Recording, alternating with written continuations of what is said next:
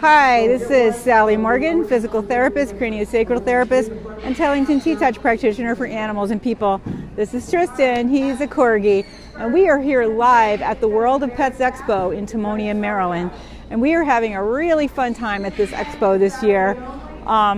It's been quite crowded and very busy yesterday. I did my 2.5 hour workshop on Tellington T-Touch and had lovely, wonderful dogs to work with that had really great problems for T-Touch to address. One that was a senior with some trouble in her hind legs. Another that has trouble with people coming to the door at their house, which is a wonderful thing to ask a T-Touch practitioner to help your dog with, because there's so many things you can do. And the power of that little maze that we use, the labyrinth, which is down here made out of straws on the bottom of the page. Get a good look at that. This one's 2 interlocking E's, but you can also make it with 2 interlocking capital F's. If you put a dog in that labyrinth, or a kid or a cat for that matter, or your bunny, it changes the way the brain works. They get a better connection between the right and left side. They're more relaxed, and they are better able to focus so that you can then work with them to show them what you'd like them to do. So even if you use painter's tape and put it on the kitchen floor or on the carpet, that's going to make a big change in the ability of your dog to listen to you. So that was really a great dog for us to work with in my T-Touch class yesterday. And I think that the people went home with lots of different techniques now to work with that dog, and hope that he will not be greeting strangers looking like he would like to bite them. He's a bully breed, and that's not the best situation to have him scaring people. So, and their other dog is just lovely. They're great dog owners. And then after we did that, we came back to our booth where we had some great time meeting a lot of people. There are tons of Corgis here. Sadly, because mine's snarky, I didn't get to meet all the Corgis up close and personal, but I did get to snuggle up with a couple in the aisle and talk to them about their dogs. I met another little tiny female Corgi who is not spayed yet, and she's about 2. She is just a tad smaller than Tristan, and I was like, oh, too bad they couldn't have made babies. However, they haven't tested her for DM, and they don't even know anything about that disease, and she very likely came from a puppy mill, which, by the way, there's tons of puppy mills in Pennsylvania, and so a lot of dogs in this area that are rescues have often come from puppy mills. And then after that, we did our talk about harnesses, and I think I'm going to do a couple more Facebook Lives this week about harnesses, the T-Touch harness in particular, because people just really are curious about it and why it's so good. And it is a wonderful thing, and I'm so lucky to be able to bring them to people, because when you've got a pulling dog, it is so frustrating, and it can be painful for you and your shoulder. In fact, when I started working with humans way back in 1990, my first client was a lady who had a big, like 120-pound golden retriever, and he was just quite rude on the leash, and he had almost ripped her rotator cuff with pulling and pulling and pulling. So this is a problem a lot of dog lovers have, and this harness can really stop the pulling, make your walk more pleasant for you and for your dog. So it was great. I loved it. My favorite comment was, very educational. I was like, thank you, because that's my purpose with that talk, is to just give people some options. And if you're using something that I don't love, but at least understand what's good and what's bad about it. For some people with very bad arthritis in their fingers, the type of harness they're using could be impacted by their ability to get it on and off the dog. So you got to weigh everything that you have going on. I think my experience having horses and trying to find a saddle to fit a horse where none of them fit any horse, really, honestly. It's really difficult, any price range. So you're just weighing out the things that are good and bad about what you're ending up with. Is it tight here? Is it tight there? Is it unattractive? Is it uncomfortable for you? Are you out of balance? Is the horse out of balance? You have to choose whatever's going wrong and work with that. So The same thing is true for harnesses for your dogs. You have to pick a harness that's going to do the least damage, unless you are able to work with the T-Touch harness, which is, I just love this harness in every situation. It's good for pulling dogs. I use it with my dog in the airport in particular, because I need him to really focus on me in that situation and not get distracted and run around the airport. And it's comfortable for the dog. It's great for their health in their shoulders and their spine and their knees. So we had that fun talk, and then my sister did her talk about how to feed your pet using a Chinese medicine perspective, and I had about 15 people come, and she was able to help each of them with each of their pets and find a food that's going to work for them and help them kind of tune up their home prepared diets that they've been doing for a lot of them.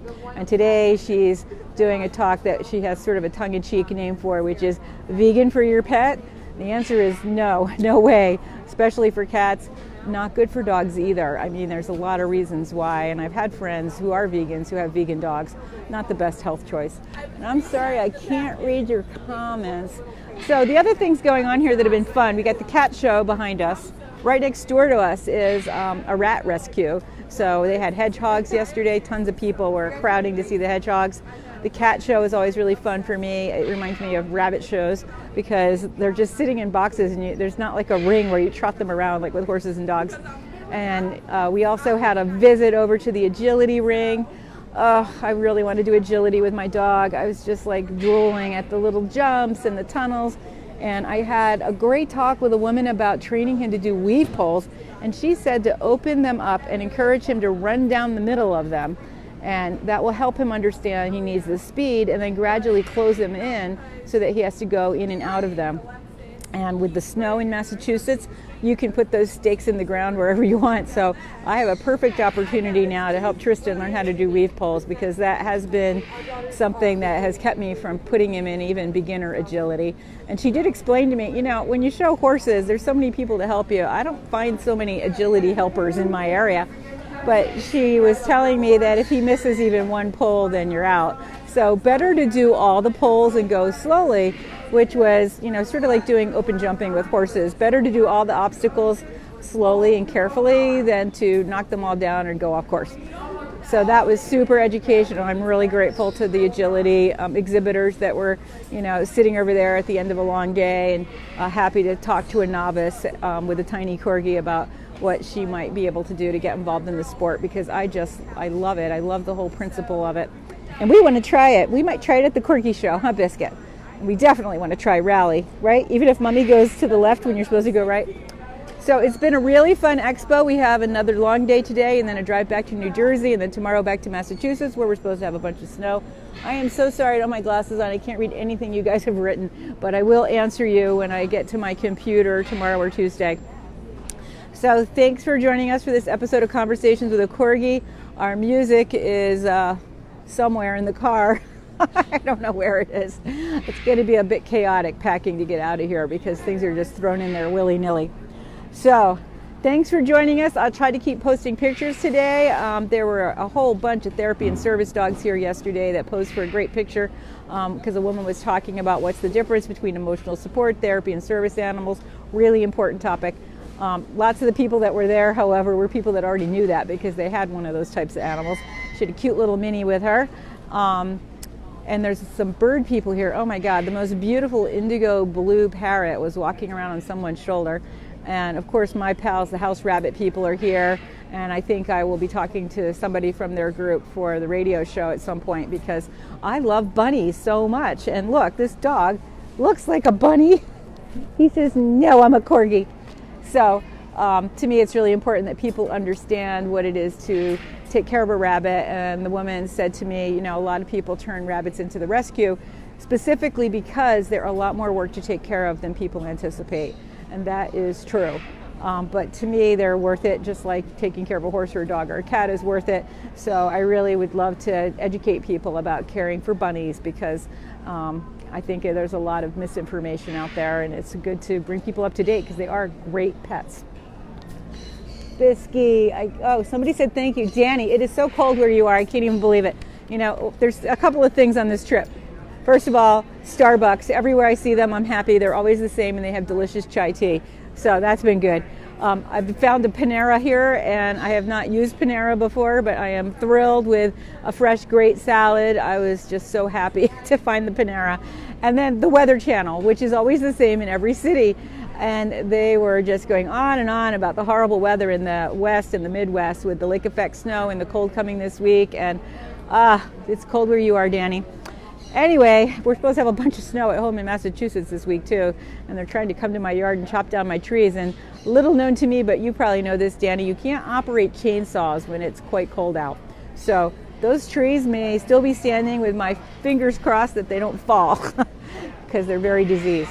All right, thanks for joining us, everybody. We will probably not do this tomorrow. Tuesday, I'm at my work as an educator, so hopefully we'll see you Wednesday morning before I hear the chainsaws out in the yard cutting down the trees.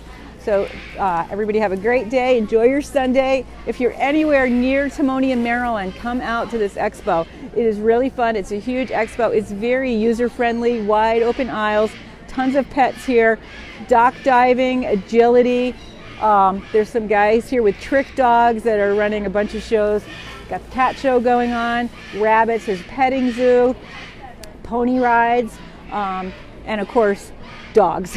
So there's a lot of fun stuff here. Thanks for joining us, and we will see you on Wednesday morning. Everybody have a great day.